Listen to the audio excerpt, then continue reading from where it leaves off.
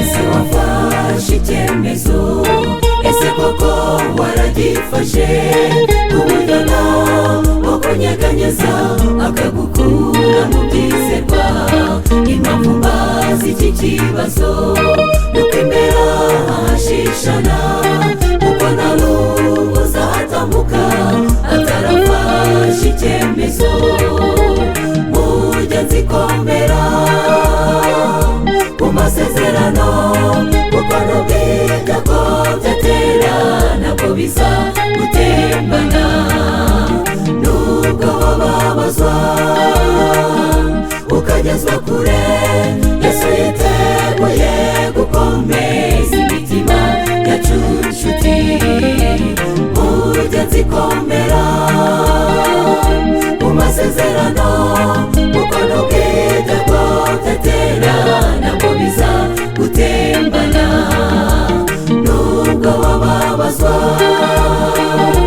ukagezwa kure, Yesu yiteguye gukomeza imitima yacu nshuti.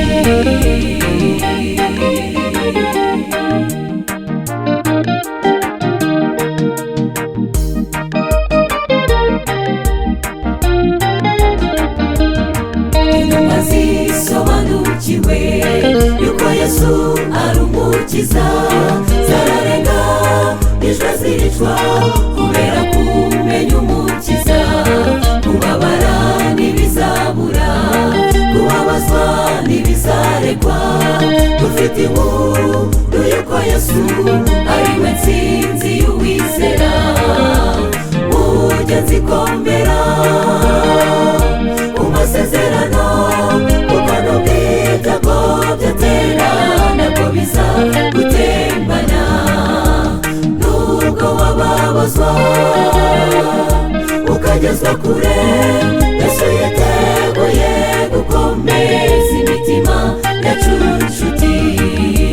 Mujya nzikomera ku masezerano, kuko n'ubwite ko byatera ntabwo biza gutembana.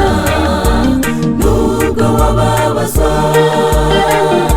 ukagezwa kure, Yesu yiteguye gukomeza imitima yacu nshuti.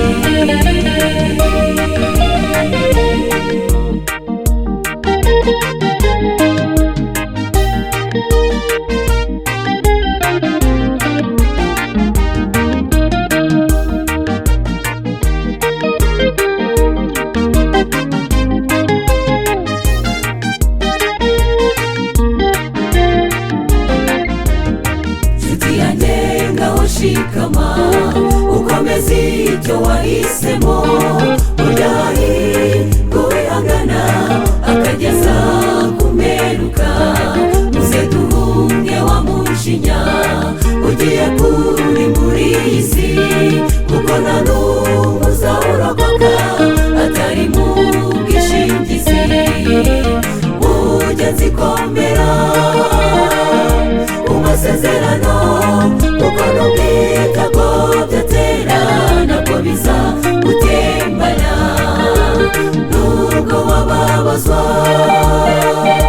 ukagezwa kure, Yesu yiteguye gukomeza imitima yacu nshuti.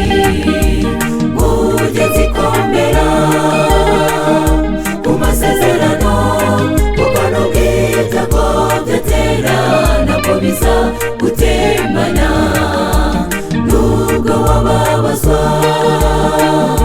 ukagezwa kure, Yesu yiteguye gukomeza